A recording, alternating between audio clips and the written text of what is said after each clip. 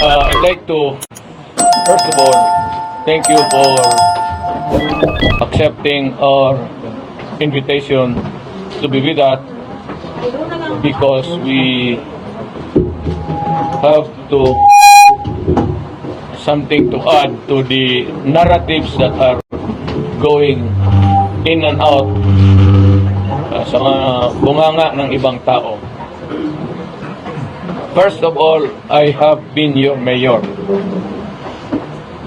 Ako sa disgrasya ko sa motor, and that was shortly after, or just before rather, mga a few months when the campaign for the presidency started. Karoon ako ng spinal, maybe sa motor, or anything else. So, binigyan ako ng Fentanyl ni Dr. Rosario de la Rosa ng it's my physician sa Cardinal Santos. And I was examined also by Dr. Ibon, I forgot his name. But one of the things that was prescribed since I was in pain before ako tinusok dito, I was given fentanyl, kaya doon ko nakilala yung fentanyl. And as a matter of fact, yung word fentanyl came out from my mouth first. Kasi nasabi ako, may inuunom rin ako na strong substance. But si Presidente Marcos, sabi kasi niya na baka epektoro ito ng fentanyl. Mr. President, you might want to read the synopsis of fentanyl dyan sa may hawak-hawak ka man ng yung cellphone mo. Fentanyl is a medical thing. It eases up the pain. Ngayon, yan ilalagay yan para to ease the pain. Pero nung na-opera na ako, okay na ako. And that was about 8 or 7 years ago. Shortly before I ran for the presidency. Nagkaroon ako ng talagang masakit. Itong fentanyl po, Mr. President, it is prescribed by a doctor, may prescription yan. O, ito yung fentanyl patch. Parang ganunin mo yan, malaki man yan, guntingin mo sa apat, ganon. Tapos, isa ito, it works for about 6 hours, 7. Wala na, palitan mo na naman. And it is prescribed by the doctor. And kinuha ko yung aking fentanyl prescription drug doon sa pain center ng St. Luke's. At nalaala ko pa, ang nagbigay sa akin noon si Dr. Javier. So I'm giving you the name and my doctor. Pagkatapos noon po, gumaling na ako, Mr. President, hindi na ako nag-fentanyl. Hindi ko na kailangan eh. Ngayon, yan ang bumulta ka sa akin ng ganon. Tatanungin kita, yung cocaine, may prescription ba yan? Saan mo kinukuha yung supply mo? Alam ko ang tao nung dumadala sa dyan sa Malacanang. Body-body mo yan sila. As a matter of fact, yung yan sa cabinet mo. Yung mga body-body mo noon, sa binata pa kayo, kasama mo yan sila, kung nandito ka sa Davao, hirit kayo ng cocaine, doon sa Tadeco, yan, gusto kong palanganan, nandiyan sa Malacanang yung isa, na trabaho. At yung iba, gusto mo pangalanan ko. Pero, ano na kasi, tayo na lang, kasi wala naman silang kasalanan. It's your idea kasi itong ano. Long time ago, I was suspecting it was Romualdez. But ang lumalabas doon sa Malacanang na ano, gusto mo rin talaga, pati si Lisa, pati kayo ni Romualdez. Kayong tatlo, pamilya, what is the purpose of this People's Initiative to amend the Constitution? Alam mo, ang totoo lang, gusto lang rin ninyo mapahaba yung panahon ninyo sa Malacanang.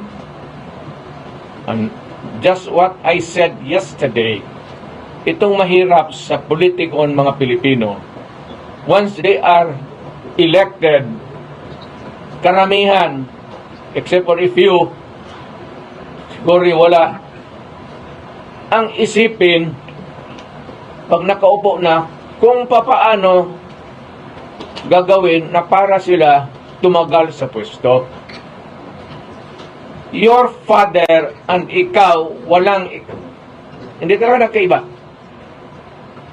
At sumusunod ka talaga. And I said that if you continue, if you do not stop this nonsense, you will go out to Malacanang the way exactly when it happened during your father's time. Maniwala ka sa akin. Huwag ka mag-asa niyan sa military na sa iyo yan. Hindi sa iyo yan. Pagdating sa panahon magkagulo, they have to intervene because there will be bloodshed. And of course, you have to keep order in this country. Pero ikaw ang nag-umpisa sa nagulo, hindi kami. Ang inyo lang naman is to side by side, presidential, Republican, presidential type of government, i-immerse niyo. Tapos, existing yung mga officers, so, ang speaker, si Romualdez, he becomes the prime minister. Ikaw gawain ka ng ceremonial president. Tapos, after a few years, kung hinok na yung anak mo, gusto mo nang ipasok na naman. Yan ang nakaproblema, ma'am. Huwag ninyong gawain yan. Ferdinand Marcos, huwag mong gawain yan, kay pumalpak kayo dahil dyan. Milagro na lang na binigyan kayo ng pagkakataon ng Panginoong Diyos na maupo lang naman sana ng madaling panahon and to redeem your name. You are not doing anything to redeem your name. You are there, nagkakalat ka, and maybe suffer the same fate. Hindi mo talaga madala. Maniwala ka. Take it from me. Kaibigan tayo. Kaya ayaw ko nga sanang bitawan nung mayor ako. Sabi mo ngayon, mga PDEA, ang PDEA, wala raw record. Itong mga PDEA na itong mga ugok na to. Sino ba nung gagong PDEA magbigay ng ikaw ang PDEA magbigay? Sir, ito yung record mo doon sa narco. It is natural that they will refuse to give it to you. But anyway, hanapin ko yon. Hindi man tinanggap yon. Pero hanapin ko ron. As soon as it comes into my hands, I will release it. But when I was mayor, lumapit sila because they're worried that you are a Marcos. Sabi nga nila, paano to sir? Sabi ko na, okay lang, tabi mo yan. Baka yung record, tinabi na talaga. Pero alam mo, itong mga military, hindi naman tinatabi lahat yan. Nag-iiwan yan ng copy nila. Order protection. Nandyan yan. Maghintay ka lang. Yan ang problema. Hindi sa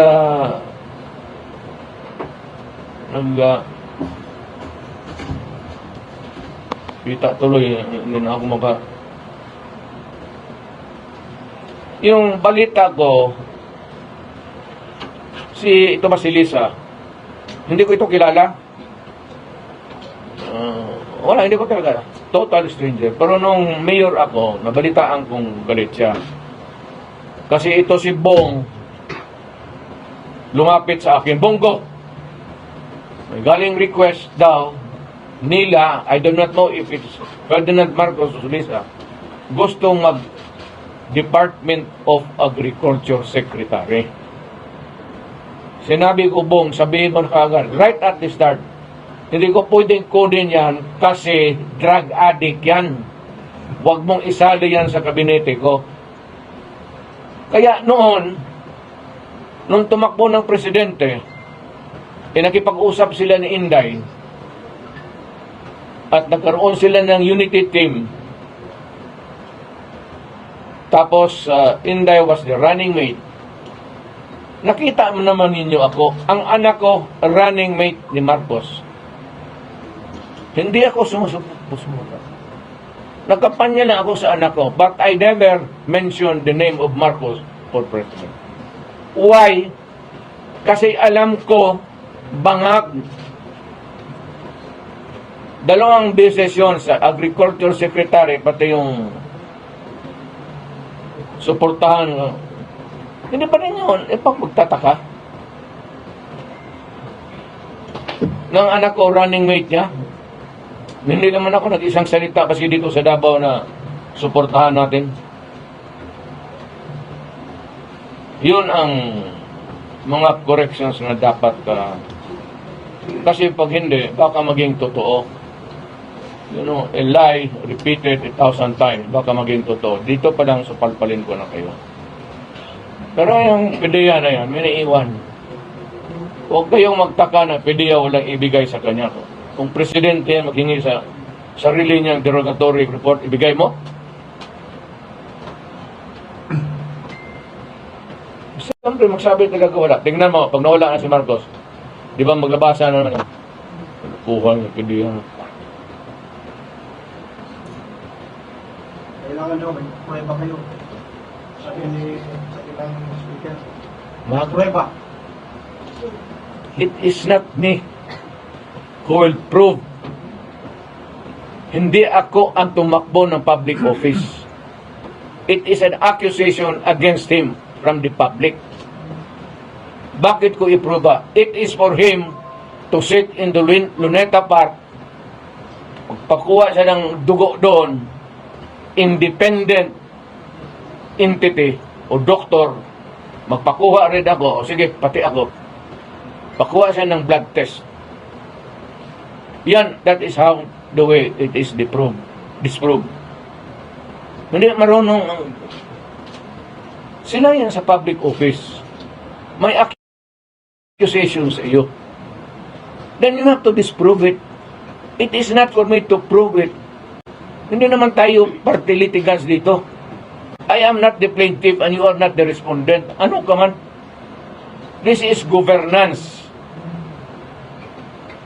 Pag sinabi, Mayor, balita namin, magdanakaw ka. Hindi totoo yan. Matakbo ako, malinis ang budhi ko, ganito, ganito. Then, try to disprove it. It is stupid for them to suggest that I prove it. I am not a public official. But that, itong si Bongbong Marcos, drug addict, has been there since at the beginning of his term. It is going around the country at alam ninyo na ganun ang biruan. Huwag na tayo magbulahan. Bula-bula pa. Alam mo ninyo na lahat nagsasabi, pati military nagsasabi. Mayor, Are you challenging Excuse me. Let us allow our mayor to finish his discourse before we open the forum for questions. Alam mo, wala talaga kaming away ni Bongbong. Wala akong nakita sa kanyang worth na fighting for. Wala, mabait eh. Doon nga po nakasabi ko, I dread this moment that it would come to say it in public. Na noon, sabi ko, nagdudruga siya, sinabi ko na yon. Na hanggang ngayon, we have a sitting president who is a drug addict. No, how can you now rally the people behind to observe the law, pati yung mga PDEA, pati yung mga police, pati yung military? How do you expect people now? And may I ask the President, bakit ka pumunta ng Germany right before the campaign? Bakit ka nagpag-rehabilitate doon?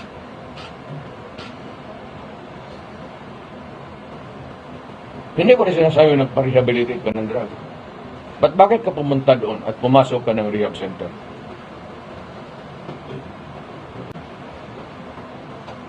Mr. President,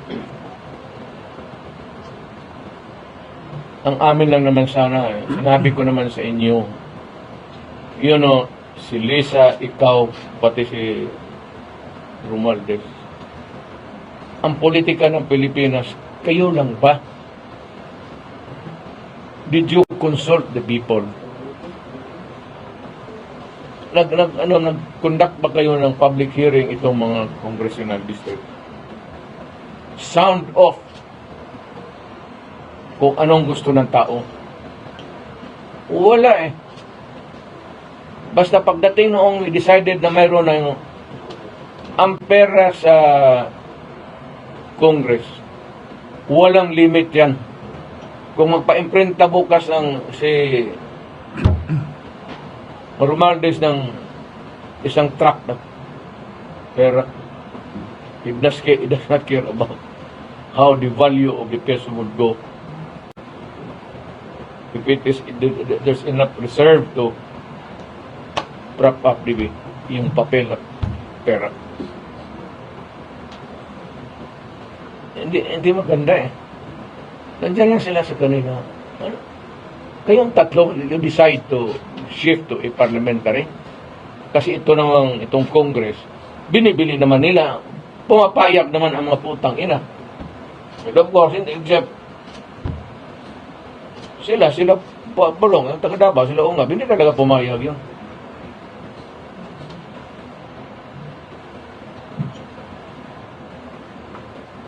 So, yun lang ang sentimento ko. By the way, there will be a sort of a regrouping in the political arena dito sa Davao. It's still in the works. Pero si Congressman Alvarez ang titignan ko siya magdala ng partido. Matanda na ako.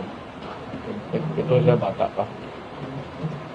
Kasal na nga ito ng panglimang asawa. Lima lang. Kasi ano,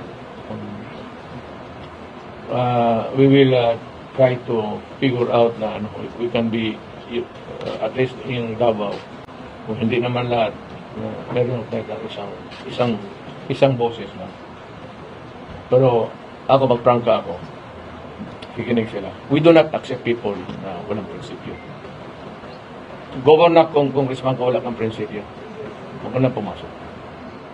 Kung ikaw sa ganun, pagdating ng pera,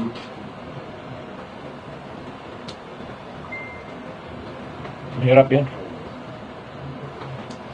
Ito naman PDP, as I said, it's more about the thing, but ang PDP has a, nagtataka ako nitong PDP sa Cagayan, June, the birthplace of PDP. Doon yung mga mautak ng sila Pimentel.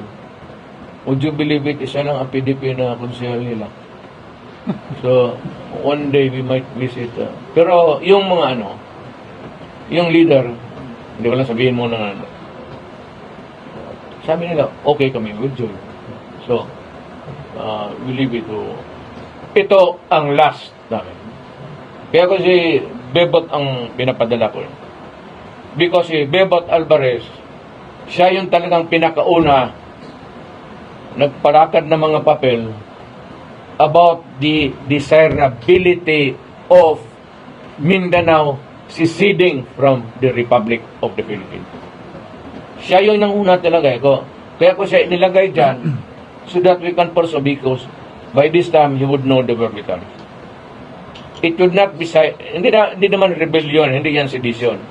There's a process in that, I think before the UN, where you would gather signatures from all sorts in Mindanao, magpirma, verified, under oath, in the presence of so many people, decide that we want a separate. Kaya kung ganon lang naman kayo dyan sa Luzon, pati sa Visayas, bahala kayo. Lahat, nandito man sa atin lahat. We all give our resources to them. Wala man ang Samar, ang Cebu, wala man ang padala sa atin ng saging. Tayo man ang Mindanao is rich. But of course, kung mag-separate independent to, at pagpuntahan natin ito ang Pilipino, then it's gonna be a big problem. So, as on its growing years, you have to restrict. But you can come. Mga taga-Luzon, Visayas, we will not deny you, Filipino. Pero, hindi naman, not really, hindi naman passport. Kunting ano lang yung ibigay na card. Kung mag-independent tayo, kung kayo, ako gusto ko talaga, gusto ko na. Nagsawa na ako sa ilang presidente na kasi from one story. Walang nangyari sa Pilipinas. Angat, no? Walang nangyari sa Pilipinas. Ano?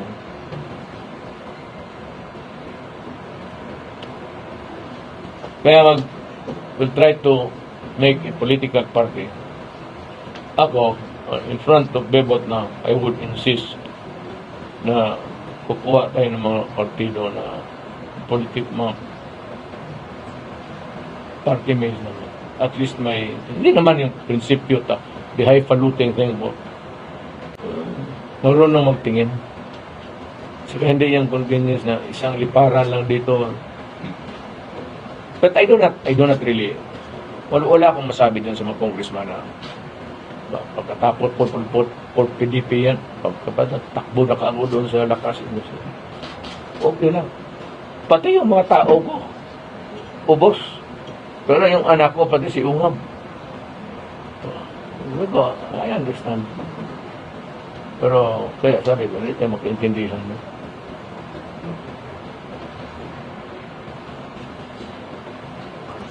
Is this a secessionist movement, Mayor?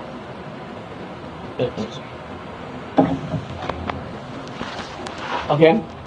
Is this a secessionist movement if you wanted to cut out No. It has been, it is not a sub-rosa thing. Hindi yan by whisper. Talagang openly yan. Bebot has been going around, convincing people.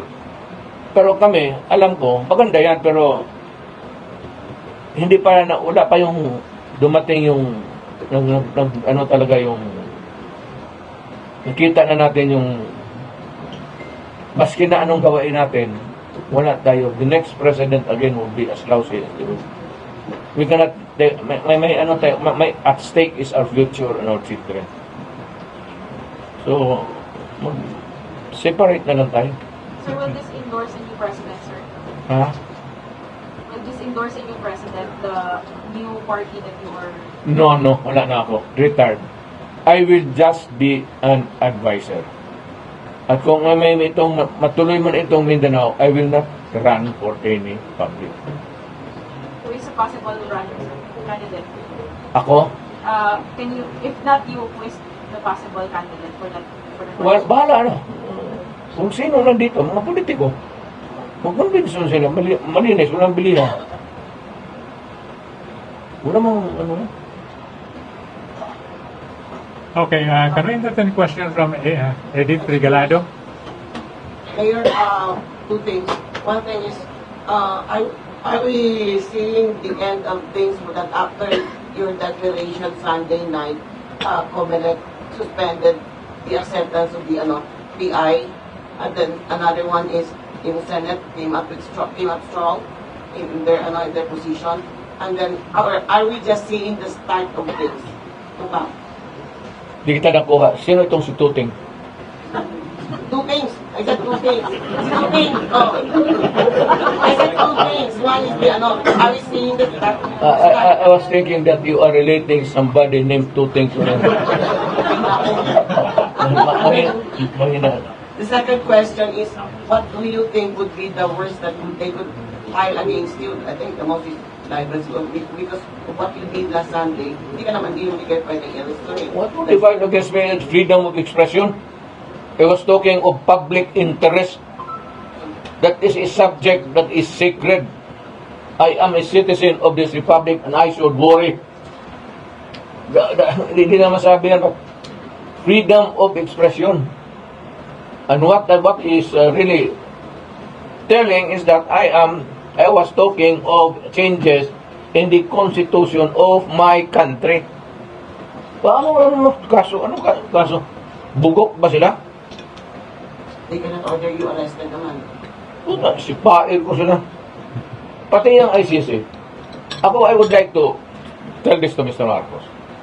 Sir, bitawan mo yung ICC. Huwag mo akong tulungan dyan. Ako na ang bahala. Kasi pag mag-Mindanao State na, si Alvarez na magtago sa akin dito sa Mindanao. Oo, totoo. Dito sa Pilipinas, magkapasok sila. Ay, how about Mindanao Republic? Okay, Randy, yes. Sir, Congressman Romualdez seems like warning you, do not throw stone if you're living in a house of glass. Yun ang pagkasabi niya. Sino? Di Romualdez, huwag kang babato ng bato kung ang bahay mo ay gawa sa glass. Eh, ang problema, di pahat lang itong akin. Hindi ba dito? Babalikan ka kasi konting respeto daw sa Pangulo. Lahat tayo pa yung magkamali. Ano ilabas niya? X-rated na humihindot ako ng babae. Bakit? Hindi siya marunong? Turuan ko siya. Ano? Nagdakaw ako? Utang ina. You can reach the heavens. Na mayor ninyo ako for 23 years. May nakita kayong improvement pambahay ko sa sakyan ko pati ano. Ako ba'y nagpunta ng abroad? Hindi nga ako ayaw mga pumunta ng nakapunta ako ng abroad dahil duty ko ng presidente ako. Pero sabihin mo mag-abroad gastos ng gobyerno.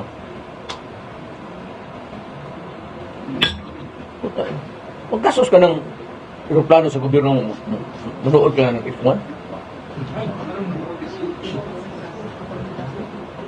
Anong gusto mo? Maglipat ako sa Hong Kong, magano'n lang ako, tapos balik ako. Mahilig man ako mag-ganon.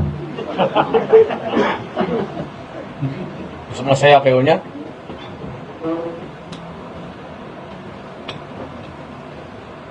What should we expect pa after this mayor? Ayan mo. What can I expect? What should people expect after this, after Sunday? Kasi nabulabog eh. Look, ako ayaw ko talaga makipag-away kay Marcos.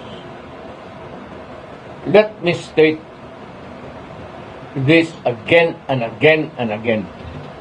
Si Marcos, mabait na tao. Alam mo, makilala mo si Marcos, hindi makapatay ng langaw. Totoo yan. Hindi siguro kaya ang gano'n niya. Yung mag-init yung ulag, putang ina ka. Kaya mo yung ako, may langaw, may lamog. Marcos, but the problem is, yung ideas ba na lumalabas? Asawa niya, pati kay yung pinsan niya. Sila lang ito. Ano, you tinker with the Constitution na tatlo lang kayong usap. Plus the congressman na ito'y pinahinto nila. Binigyan sila ng 20 million. Papirma ng papirma sila, bigay ng bigay. Ito namang Kumilik, kayong kumilik. Better shape up. Tanggap kayo ng tanggap, tayap ng tanggap. For what purpose? Teka nga, tanungin ko kayo. Sabi niyo, dumating na yung ano, so we are accepting. Para ba? I-file ninyo. What is the legal purpose of you accepting the unverified signatures submitted by the congressman or their men na binayaran ng 100 pesos? You know, Comelec, pag ginamit mo ang pera, tapos i-bribe mo ang Pilipino for him to sign a document, whether hindi lang lalayo yan, that is bribery. That is fraud. Makukulong tayong lahat dito o magkagulo tayo. Tandaan ninyo yan. Pera ng tao, doon sa signatures, alam ninyo yan. Why don't you find out? Trabaho ninyo yan eh. Ninyo yan to validate. When do you validate? Kung nandiyan na sa inyo lahat, kaya ninyo yan? Isasahin ninyo ulit. All you have to do is hanap ng mga tao doon. Ano ba nangyari dito? Ito, nagbilihan. Failing to do that, that is in neglect of duty, irremis. Pati kayo masasali dyan. What was the PI already? Excuse me, yes, we'll entertain the question here. Good. Good evening, Mayor. Yes. Sabi ni Trillanes, dapat daw, matapos nung ininsulto, pinagbintangan ang presidente nung nagdaang rally, dapat mag-resign na daw si VP Sara as Education Secretary and as Vice President as Delegadesa. Si Trillanes, huwag mong pakinggan yan. Kasi ang mismong military, hindi nga nakikinig sa kanya. Ang may naiwan sa kanya konti, yung mga classmate niya. Alam mo, ang sa totoo yan, Trillanes is a simpleton. Walang idea, sige bitaw-bitaw ng salita, hindi niya alam ang batas. Basta kung ano lang yung stock knowledge na pag-aralan niya noon. Bubo itong gagong to eh. Ito ang typical na tinatawag ng mga Tagalog na turpe. Hanggang walang utak to. Walang utak to. Huwag kang makinig dyan kasi Trillanes eh. Mga military, hindi na nakikinig eh. Tanongin mo yung mga, karami itong military, magtanong kayo. Hindi na nila pinapansin yan. Parang expelled na yan siya sa ginawa niya doon kay Reyes. Pero man tao, pinahiya niya tapos at pakamatay si Reyes. Do you think that would sit well with the PMAers all over the world? Ang akala lang niya, he was doing a heroic duty. Mga Trillanes, parang ano, sino ba? Sino bang i-approve kay Trillanes dito? Wala mo po kay ano, tingnan mo yung masabi based on my track record. Ang ano niyang, ano niya, you know my track record. Anong track record ng putang ina ka? Nag-mutiny ka, tapos pagdating ng pulis, nag-surrender ka. Akala ko ba matapang ka, pagkamatay kang yawa ka? Buti lang, hindi ako na pulis doon, na putang ina, binaril kita. Bayabang na. Sana ang nanay niya, nakikinig, sabi mo, badungan na imong anak, kakalat sa mundo eh. Was given that opportunity to run for President Nanalo because of the sentiments against Arroyo. Sige, magtakbo yan siya uli. Tignan mo kung paano ko babuyin yan. Litsunin ko yan sa butang ina. Doon sa harap niya. Akala niya matapang man siya. Doon lang magsalita sa harap niya. Ugok, akala niya PMA siya ng antigas. NPA trained ito. Siya PMA, ito NPA. Okay, yes. Mayor, laro mo lang ako, atong istorya ni President Marcos, according to the bill, on the record, wala kay epekto sa imuha, on your body, mind, ang kentarin. That was 8 years ago. Iba daw ang kentarin, makaalig daw. Usa sa imuha, karon, wala ba'y epekto sa imong panawas, panguna-una ang kentarin? Wala man ang akong addiction, wala man gud mawala. Nga Fentanyl pero wala man to. Kasi ang addiction ako, o basing babae.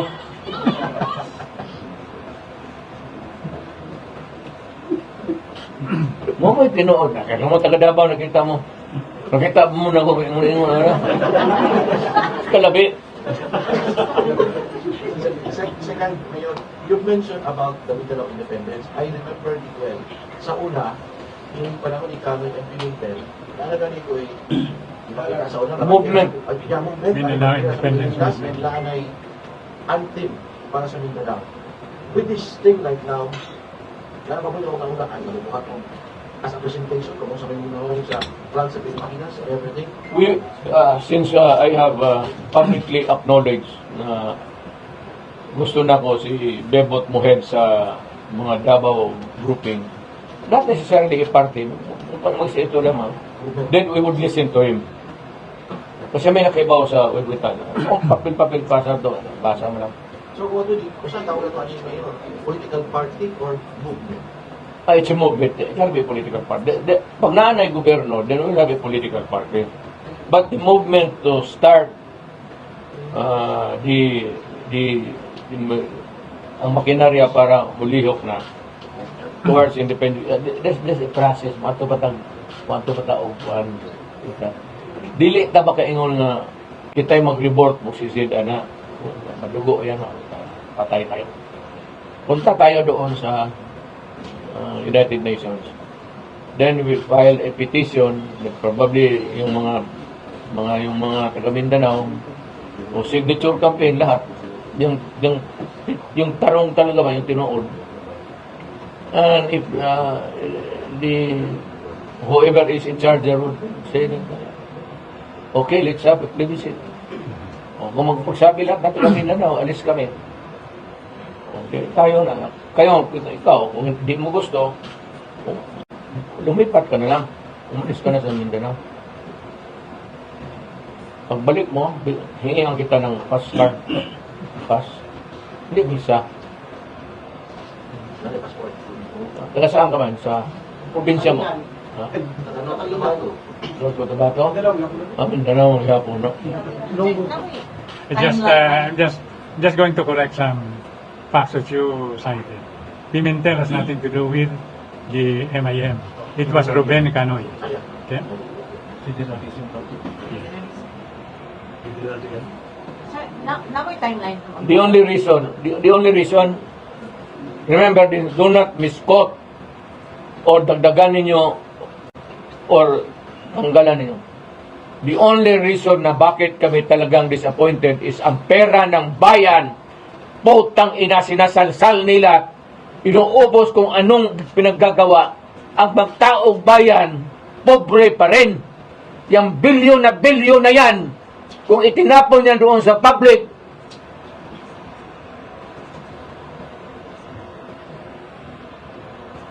baski na sa bahay, pambahay na lang. Walang limit ang ano nila. Sabihin namin, sa inyo. Sa amin, alam namin may pera, pero putang ina, wala akong, I would not have a good conscience na gamitin ko yan sa ganung pamaraan. There is always money. There can never be a government without money. Meron talaga yan. Meron sa amin yan. We had the opportunity. Ang problema, were we willing? Kagaya ng aking federalism, hindi man akin yun. That was a platform. Pero naglagay ako ng komisyon. Pinag-aralan ko, hindi ako, sila lang yung pamilya eh. Sabi ng komisyon, not the right time. Kasi alam mo bakit? Federal dito, federal doon. Dito may bakbakan sa Hulo. Dito sa Cotabato, may Lanao. Dito sa Bicol, mga kriminal. Pero kung kami na sa Mindanao, kausapin naman namin lahat. Pati na yung mga muro. Sila talaga ang dapat manguna. And we will give the moro almost lahat equality. Lahat. Pati sa gobyerno, everybody will participate.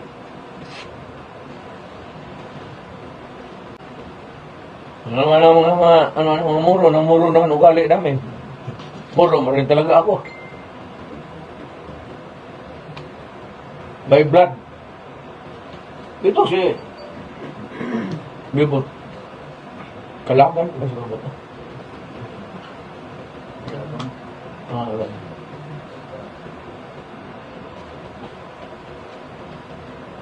Kung ground naman namin to.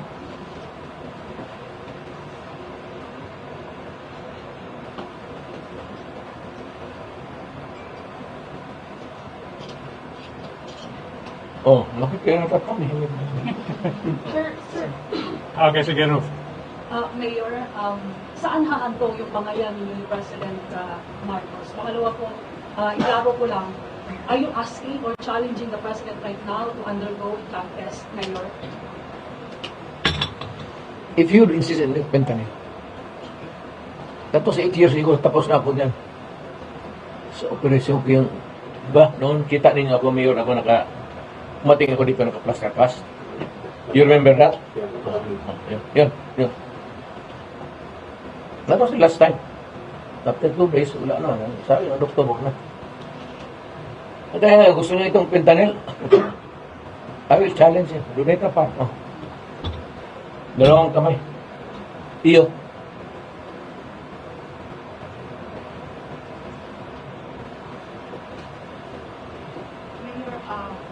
Can you elaborate on what you mentioned? Lugar na taong kita. Ang tira-tira. Mayor, what you mentioned about the president going to Germany, ano pala ginawa niya? Going to? Germany. For the... Ako tinatanong siya eh. Ako natanong. Just before the election, many months before, went to Germany for a rehab.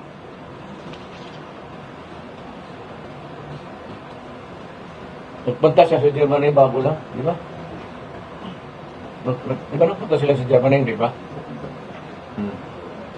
Why Germany?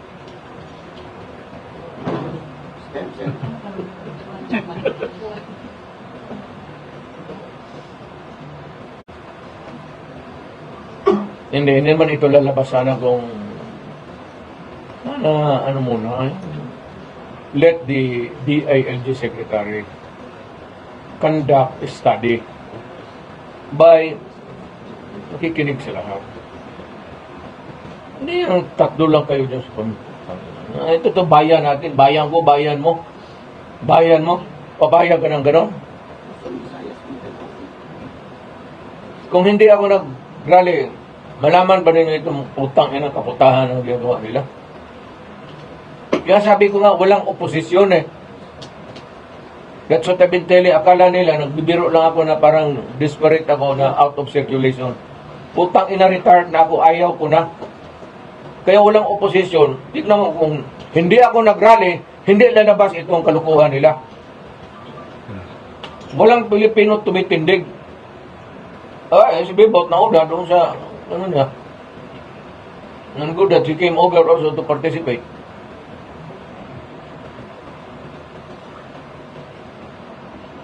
It boils down to medyo mabarato lang ito.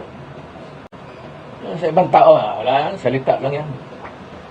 Pero kami ba? It is a matter of principle. Diyan kami magpakamatay. Diyan ako mamatay. Sa totoo lang. Patayin mo ako dahil yan. Bihin mo mag-surrender ako. Putang ina. Barilin mo na lang ako. Magsalita ka rin.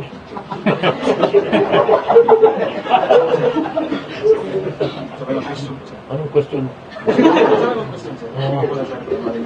Ma-question mo siya, uy, baka may tanong.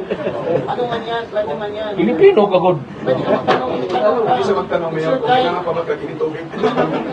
Sir Tay, ask the President, nandiyan ako.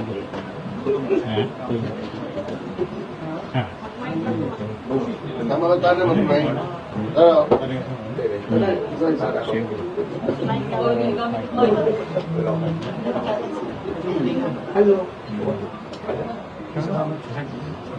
Mr. President. Sige.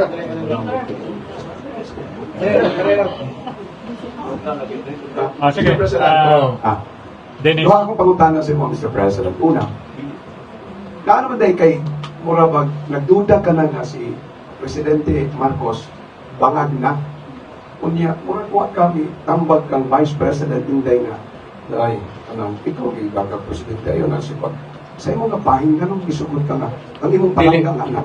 Di ko maghilabot sa decision Inday. O nakaila ka sa karakter sa atong anak na buhay. Opo to. Yung isa pa yon, yung kinakalkal yung firearms namin kung magkano. Naririnig ko eh. Tumawag yung IPO, pinapacheck.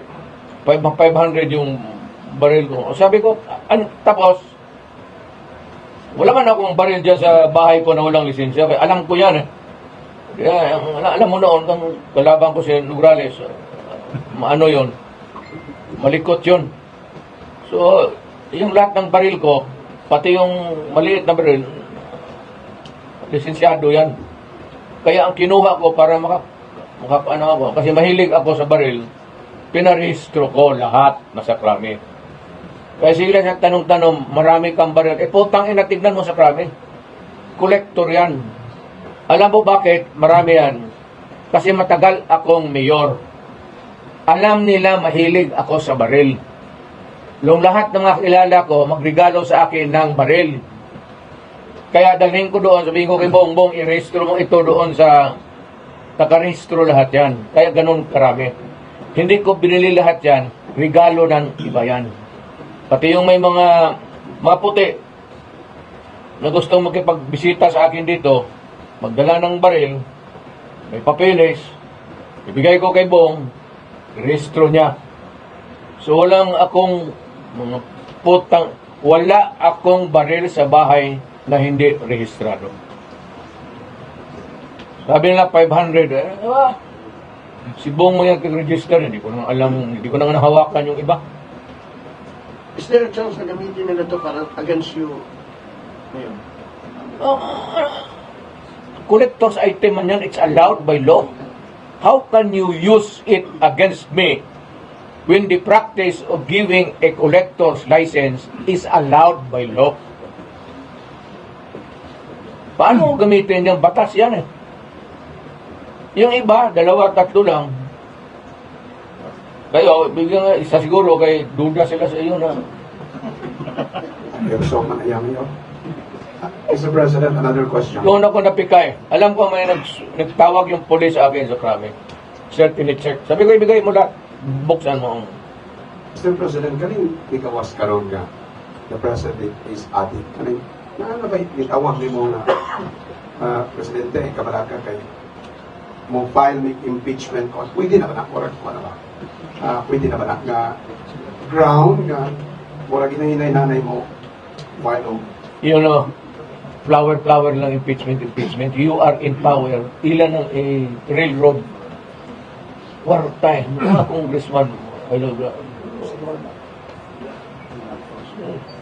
Pina na may congressman nga ng prinsipyo.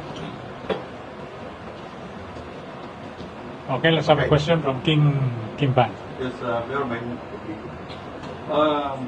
is it not alarming that the public now is given an additional 12 billion piso budget for the year, wala pa namang election, that is on top of the initial 2 billion peso allotted to government.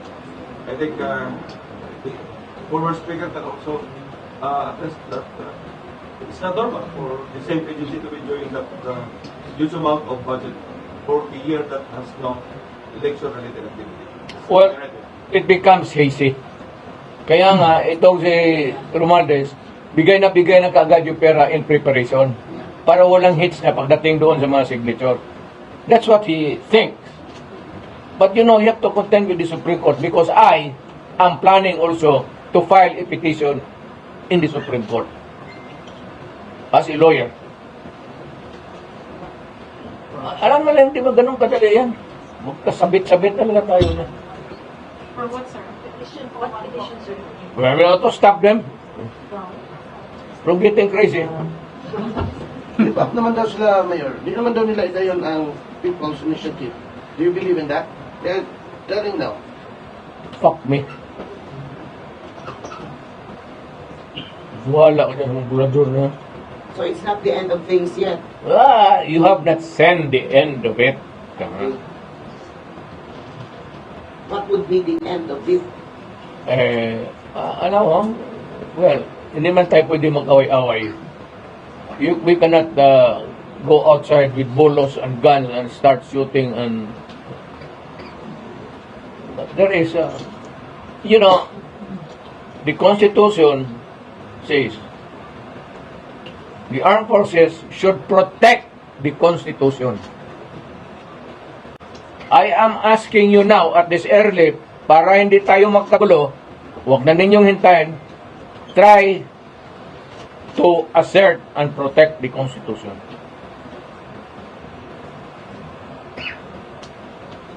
Okay, lady? What is your reaction to the statement of your President PDP and Sonshine? Can you speak louder, please? What is your reaction to the statement of Mayor Catholic BBM resign? Reaction, statement ni Baste. Resign si Marcos. Resign si Marcos. Well, si Basti, galit yan.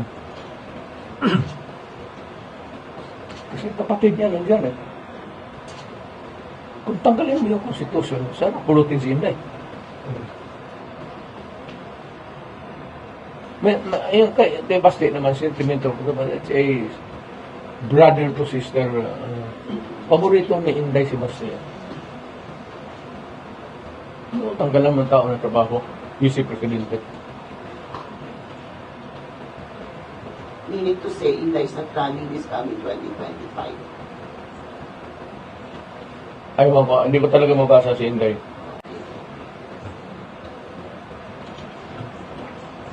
Bahala na siya, wala man ako. Retired naman ako. Sila lang yung kapatid mag-uusap. May base Davao. It's really an irony that I was one of those against dynasties. Pero nangyari kasi niyan, alam naman ninyo, kayo, nandyan man kayo kay...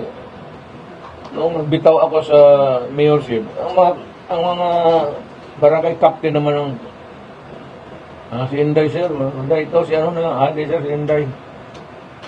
Oo, napilitan ako kasi, yun, si Inday. Pati gusto ko rin, ginusto ko rin talaga, para ma-maintain yung grip sa sugat. Hindi pa masyado stable. Tapos, election, so ngayon, si Basti na naman, mayor, okay man ang Davao, wala man nangyayari, wala mang hold up, wala lahat. Okay. So, if you think na yung mga Duterte sakto na, it's sufficient for ngayon, kung nagkagulo, litsi-litsi, nalakawan dito, no, you have every right to change them. Pero ang akin lang naman, wala naman kayong nakikita na disiplinado naman. Itong mayor tahimik lang. Ayaw mo. Ganun talaga. It's his nature. So for as long as the city is run peacefully, clean, order. Okay, let's give respect to our Mayor President at this point. Maybe we can solicit a word from Congressman Alvarez. Hindi niyo tinanong si Congressman. May tanong ako, sir. Sikat pa naman yan. May tanong ako. Okay. Yes, sir. August 22, 2006, when there was a successful gathering of all the local government executives, per initiative of your leadership, speaker, sir. Ginawa yung forum na yan sa Bukidnon. The last executive to arrive was Mayor Rogando. Kasabay pa tayo sa isang Hilux and bumalik sila ako. And there were about 98% attendance of all the local city executives. Ngayon, ba, granting we have the same direction as like that of a Mindanao initiative. Can we still gather the same kind of support? Sa akong tanaw, to be honest about you, pag ma-explain lang o maayo ang objective sa mga local executives, I think we can gather more than that. Yun alim mo ko. kaganina, ipangutan na kung katong secession, kung hindi pa bloody, no. Let us take the case of Singapore. When Lee Kuan Yew and the other leaders in Singapore decided to secede from Malaysia in 1963, 64, and 65, wala may bloodshed. Wala. It was peaceful. Istorya sila kuan, no? Na yung si Lee Kuan Yew allow us to separate from Malaysia. Because maybe in the future, we can help you. So, ang nahitabo, we all know, Singapore, tanawan niyo. What is the size of Singapore? Exactly as small as Siargao Island of Surigao del Norte. Yun nalalagan ako. No natural resources, no agriculture. Even the waters of Singapore is imported from Malaysia. Had Lee Kuan Yew and the other leaders then not mustered enough courage to separate from Malaysia, maybe until now, Singapore is still a part of a third world country. But look at Singapore now. Asang Singapore? First world. First world. Karon, i-compare nimo sa Mindanao. Ang Mindanao, daghan og ay natural resources, agriculture, may mga tao, no? There is no reason why an independent Mindanao country will not succeed. Wala reason. Ang asset lang sa Singapore isa, good governance. And we have a lot of leaders in Mindanao na maayo sa hibalong magpadagan o gobyerno. Can I follow up, sir? Yes. Do you think this will get the support of service movement, can get the support of ordinary Filipinos living in Mindanao? Those who are Ilocanos, Bisaya, Ilonggos, Bicolana, ang proseso nato, hindi shortcut ha. We have to take the pains of explaining. Pasabto nato ang katawan, kung maayo. Pasabto nato. Naaman sila nagpuyog dire sa Mindanao. Naturally, gusto ka na ang imong mga anak na ikaw maon. There is no other way for Mindanao to rise except to chart our own destiny. Congressman, follow up na, sir. Yes. Yes, you started talking about the Mindanao independence during the Georgian Assembly in Maco last December yata yun. Yes, Sabi niyo, iikot kayo sa buong Mindanao. Yes, Kung ma'am. nakakuha na ba kayo ng support source sa mga local executives? Honestly, wala pa ako makasugod ng tuyok sa Mindanao. Before, yung tuyok ko, I was with Ruben Canweg and Colonel Alex Noble. But now, recently, wala pa ako katuyok. But I intend to do so since this is my last term in Congress. Pero may mga support na, sir, na nag-signify na support ng mga... Ang grupo na mo sa una, intact gyapon. Nagyapon. Ang grupo binito sa iyo, Mindanao Republic Group. Yung One People Mindanao. One People natin. Oh, yun. Ano yung guda? Wala man tayo question Pilipino matantanan. Ako na ako igsuon sa Manila. Nagpuyo nga to. Sila, mga Tagalog na angari. Walang problema yan. Ang problema, it's not the people. We can always make arrangements kung paano tayo magkasunduan. Ang problema, yung pera, yung taxation, pagbili mo ng gatas, nakapatak na yung buwis dyan, padala lahat yan sa Manila, tapos sila lang ang Congress. Ngayon, nakita mo si Romualdez kung paano waldasin yung pera. Anak ng para kami mura taga-contribute nga itong kwarta nga. O sige, kaligo mo kwarta nga na unya kami dito, kailangan kami ng mga projects. Dagang dalan, wala kong masimento. Eskwelahan. Ang muro. Kailan pa ito maging makatikim ng medyo kalayaan nila? Moro, hindi naman interesado makipagbarilan. Alam mo nila maubos tayo kung ganun. Kaya naghihintay lang sila ng panahon na baka magdating. Kaya, Alam ko mga kapatid kong Moro, magkaisa tayo. Gawin natin yung Mindanao. Kasi kami, alam mo, ako, kay lula ko, hindi man ako saling pusa rin ako, pero Mindanaoan ako, by blood. Yung nagpunta dito, mga Tagalog, Bisaya, intindihin naman ninyo na noong panahon na yon, hindi naman namin ginusto na kung talagang pupunta kami mag-away tayo. Ngayon, nandito na tayo, wala man tayong magawa. Tapos na tayo nag-away, nagkaubusan na lang tayo. Walang nangyari sa ano. Kaya mag-usap na lang tayo. Sabi ko nga, gusto ninyo, one Mindanao tayo. Paraan natin sa proseso na legal. There is such thing as a body that will hear you petition to secede, and it will mag-survey sila, tapos mag-rebisito kung manalo, tapos if it's valid, ang sabihin ko man, pera namin putang na, inubos itong mga yawa na ito, ginagastos na. Kayaman na natin dito sa yung mina nandito, ang mining nandito, pinakamahal yung copper, meron pang titanium. Mr. President, ang secession o federal, iba na.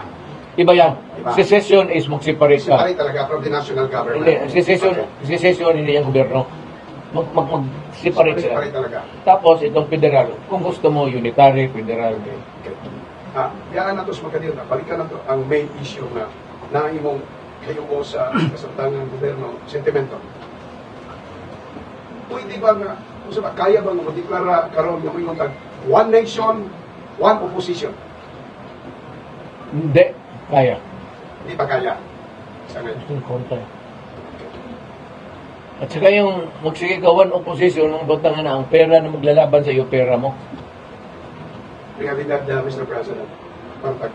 Bigay lang yan sa mga congressman, kaya sila na tangkin niya.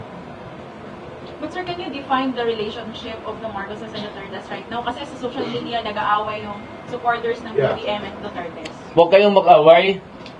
Ako, I'd like to urge everybody, huwag kayong mag-away kasi hindi mo kami nag-aaway ni Presidente Marcos. Sinasabi ko lang sa kanya, huwag kayong pumasok dyan. Kung hindi niya ituloy, happy days are here again. Huwag lang yan kasi hindi talaga pwede sa Pilipino. Yan para kasi pagpakaba nila. So this is like an advice? Oo, sabihin mo, napakontento ka na lang. Enjoy the remaining years of your presidency. Huwag ka na maghanap ng gulo kaya baka ma-Marcos senior ka. Ikaw ito, ulit na tayo. So still, unity must intact, sir? Well, to a certain extent, meron na siguro yung ano. Because marami na rin kasi yung mga loyalists ni Marcos na calling for the Vice President to resign. Baka out of delicadeza, sisibat na. Pero hindi yan sisibat ngayon. Kasi parang iniwanan niya si Marcos mag-isa. Pero okay. She will try to fix terms between the two of them. Mag-alis na yan. Okay, excuse me.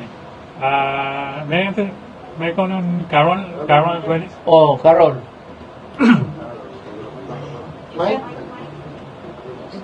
You said that you will file a petition for the Supreme Court. Yes, The Comelec yesterday suspended the proceedings for the People's Initiative. So what is your course of action? Kaya nga, mapag-aralan namin yan. Not tomorrow, the day after. Pupunta ako ng, hindi, mamuta na academic yan eh. Papahiya tayo, bakit ka mag-file ng scrap of paper sabihin ng Supreme Court yan? What are you trying to clog the dockets na wala namang ano? So, let us see what develops. How sincere is this stoppage? If at all it is. Para, yan lang ano natin. Huminto lang sila. So, it will stop the hemorrhage.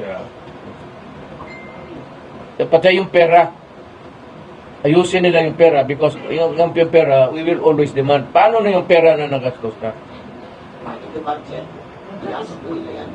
That is also the same question being asked of the Duterte man, right?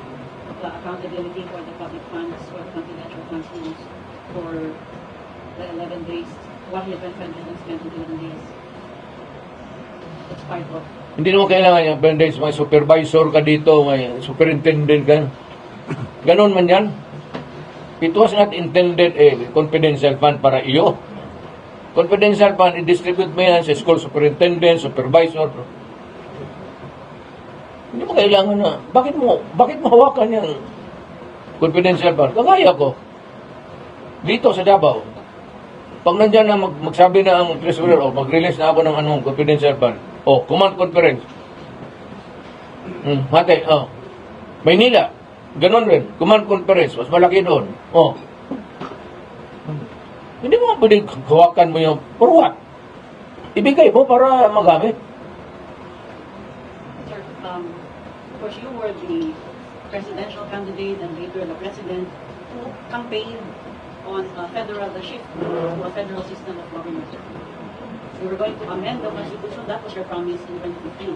And then you won because of that promise, partly because of that promise also. Speaker Alvarez is here. You had a supermajority. But whatever happened to that federal system? Well, to be prudent about it, I constituted a commission. Sabi nila, it is not the right time. That they had a Federal Republic of the Philippines? Yeah, it is not the right time to do it. Kasi pa yung mga sporadic, may sporadic rebellion pa eh. Ganon, kung ngayon ito, baka ituloy na lang talaga nila ang separation. Okay.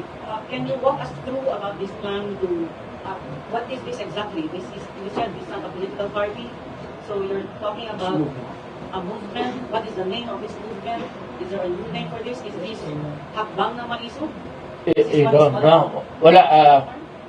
We will just forgo at this time yung pangalan. Alam mo ba, pang-arte lang yan eh. We will try to talk to each other. Maybe they can come here or I can go there, cup of coffee. Tapos, if I can gather enough, not really, baski hindi yung malalaking leader. What I need, sabi ko nga, yung mga tao na ayaw kay Bebot, kung sakali lang, kung pwede lang, yung mga tao na may prinsipyo, kilala. But how do you intend to push through with this movement, considering that this is pre-election year? In 8 months, there will be filing certificates of candidacy, and in 16 months, there will be the election. So how can you... Well, he has a political party existing, and I have. Maybe we can use whatever organization that we have. To push for a federal... Not that is time. Hindi nga pwede, sabi ng mga military, mga taga-UP, hindi talaga pwede. Because there are sporadic na may rebellion dito, may ano doon. Baka tuluyan ng But you were talking about the Federal Republic of Mindanao. It will come. O ganito yung tao. At this time, we have to educate the people about this advocacy of a Mindanao independence. We have to talk to the leaders, convince them why we have to do it. And then, pag okay na, maybe we can form a solid group to push the realization of that advocacy. Timeline, sir. Do you have an idea na do this in 3 years or more? Depende sa dagan sa panahon. We'll take our time. We'll take our time. We are not in a hurry. Mayor, asan ang mas mahirap dali naman, mas mahirap na going into July 2016 elections or ngayon na ito pinaglaban mo? Itong election, kapag ito? Yung 2016 election at saka ito ngayon na pinaglaban mo. Ito mahirap kasi it's a very touchy thing, emotional ito. Because of the desire of these 4 people only. Ng vision eh. Ngayon, kita ko naman ako, retired na ako, but bigla ako nagpatawag ng rally because nobody in the horizon was talking about it. There was no Filipino in Luzon, Visayas, or Mindanao. Cebu, maingay man sana yan. Wala naman tindig. So, sabi ko kay June Ibasco, mag-rally tayo. You just announce that. Kung, sabi ko, if we can gather 1,000 o 2,000, okay na sa akin. So that I can just ventilate. Ang pag dito, nagdatingan pa ang mga taga-Maynila. And you said it's going to multiply to other areas. Well, bahala sila. Basta alam nila na kami, mayroon na rin kaming agenda. Pumasok na rin ang bakukang sa ulo namin. Kasi kung ganito lang tayo, and iwaldas ninyo yung pera, putang inang namin, iwaldas ninyo dyan sa mga pamigay-migay ng mga pambili ng puto, putang ina, magsisid kami. Inyo na. Sige, bilhin ninyo lahat. Okay, I'll just entertain 2 questions. Go ahead. Mr. President, are you running for President again? No. I am permanently retired. Permanent na yan. Walang halong ano yan. Ayaw ko na. Pagod na ako, hindi ko na kaya. Baski maglakad ako, natutumba na ako. I'm 80 years old. Ay, hindi talaga 80. Kaya ano lang kasi yung paik-ik lang ba para sabihin talaga na matanda na. Okay. Sir, last question from me. Is there a possibility for reconciliation? Kasi si Senator Unasan, parang may tarawagan din sa'yo. I think nabasa niyo yung statement ni Unasan. Yes, sabi niya, I want to mediate. Wala pa akong problema. Pero sabihin ko kay Greg, ang demand ko is this. Sabihin mo sa kanya, drop it like a hot potato. And everything will be heaven tomorrow. Okay, that's the last question. As I said, thank you, Mayor President. Thank you, Deputy Speaker Aratiles. Ito lang ang masabi ko, the one last statement. Alam mo kasi, the purpose of this constitutional change is not for anything. It's not even for parliament or the essence of presidential type. It's a mechanism for perpetuation of power. Diyan ang panitsutang. Diyan na iwan kayo dyan. Huwag kayong sumangkay sa akin. Tula ko kayo sa danan. Have you amended the constitutional crisis